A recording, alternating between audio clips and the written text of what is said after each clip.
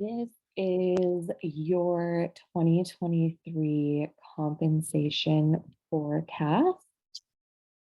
My name, if you don't know me already, is Candace Elliott. I am the founder and most nerdy HR nerd at Fortress and Flourish. My background is in human resources, and I help business owners, executive directors, and leaders to support themselves and their people with business systems that are regenerative.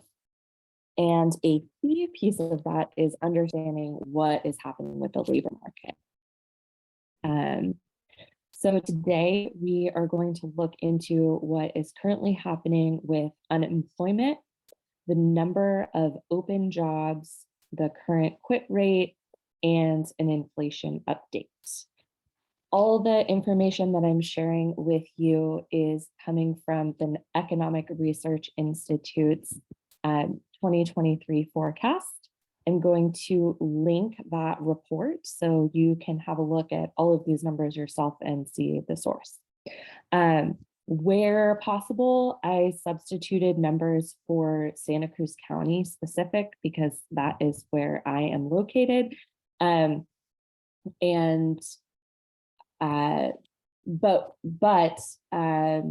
What's happening locally and what's happening in the state and in the country as a whole is pretty similar right now. So things that apply to what's happening in Santa Cruz are similar to what applies to the state and to the nation. And that is not always the case. Sometimes our local market is very different from what is happening in other places. So just with that note, unemployment currently in Santa Cruz is 3.4%. Nationally, it's 3.7%, so it's pretty similar. This is what's considered full employment. So this means that we have a good number of people who are working. The pandemic high was 13% nationally, and it was actually a bit higher here locally in Santa Cruz County. So when we look at unemployment, this is sort of a healthy indicator of what's happening in the labor market. This means that there are a good number of jobs for available workers. When we look at the number of open jobs, 6.3% of jobs are open. So that is a high number of open jobs. It actually was even higher in the beginning of 2022, then it dropped to around 4.4%, and now it's back up to 6.3%. This, from the employer side, indicates a difficulty to fill positions. And from a candidate side, it indicates a higher number of positions that are available to apply for. So the effect that this can have is to increase compensation rates. And you're going to kind of see that as a trend through a lot of the different, these different pieces. The quit rate is currently 2.6% nationally. When we look at the 20-year average of the quit rate, it's at 2%. Pretty much 2% was pretty normal until we had the insanity of the Great Resignation, which bumped it up to a little more than 3%. We actually we were at 3% earlier in 2022 as well. So this indicates a difficulty to keep staff. And again, the effect that this typically has on compensation rates is to increase compensation rates, especially if you're trying to hold on to the people that you have. Inflation rates, again, California is a little bit different from the nation here, but the trends are similar. So nationally, the inflation rate has come down to 7.1%. It was at a high of 9.1% in June. And when we look at inflation versus compensation rates, typically high inflation leads to higher compensation rates. We're seeing trends towards higher rates of compensation pretty much throughout all of this.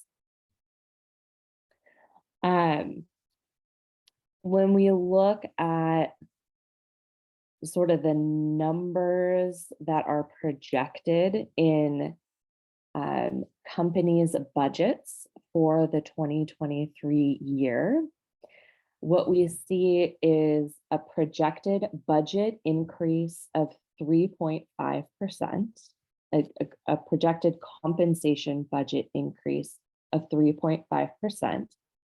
This is sort of the part that is usually used for merit increases. And then we have a structural projected increase of 2.7%. So that is the part where people receive more pay. Typically, it's related to tenure or like length of service.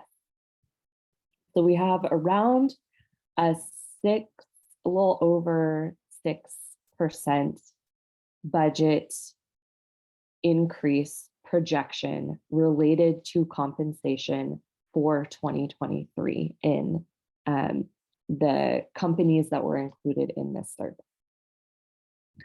The previous 1 year increase came to 4.14%. So that's like typically what you saw for an increase in 2022 was 4.14%.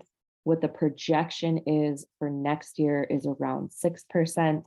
And this January increase is just a quarterly increase. So that's showing from the fourth quarter of 2022 to the first quarter of 2023, the expectation is to see a 1.39% increase.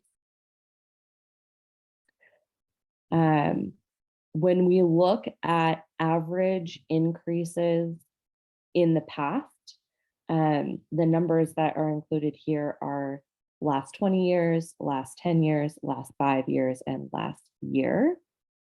So I'm going to just focus on the yearly increase part of this because it's pretty much reflected in the other parts of this. But so average yearly increase for any job in any company in any sector over the last 20 years is about 2.53%.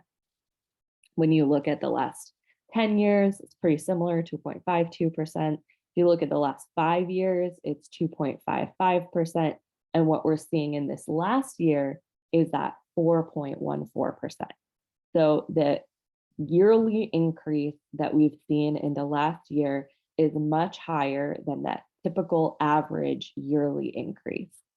So what we're seeing is that all those pressures of the market are having the effect of increasing compensation pretty much across the board.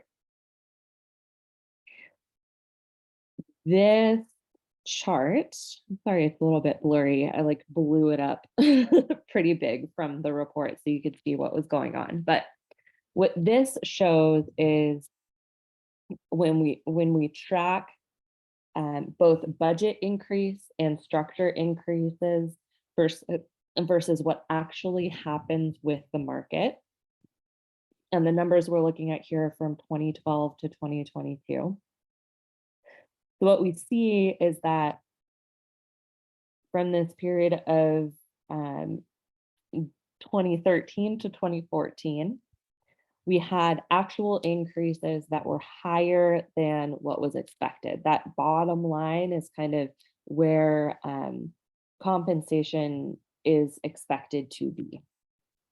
And what is happening right now, or what has been happening since the pandemic, is that compensation has been increasing exponentially, and it is much higher than it was expected to be. So these are projections that are done by the Economic Research Institute. And then the black line is like what the actual pay ends up being. And so this is just kind of to keep in mind as you're deciding what to do with compensation for your people, if you have not been adjusting compensation to keep up with the market, then you may have more difficulty keeping staff because the market has shifted so much over the last 2 years. That said, um, there is no certainty that this trend will continue. So it may come back down. But what we're looking at here is a percentage increase of pay um, year over year. So this is the amount of increase that people are receiving, not the amount of total pay that they're receiving. We're going to look at that next.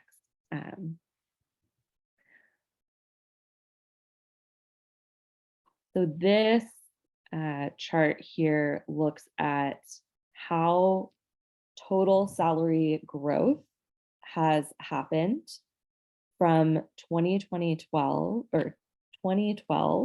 to 2022.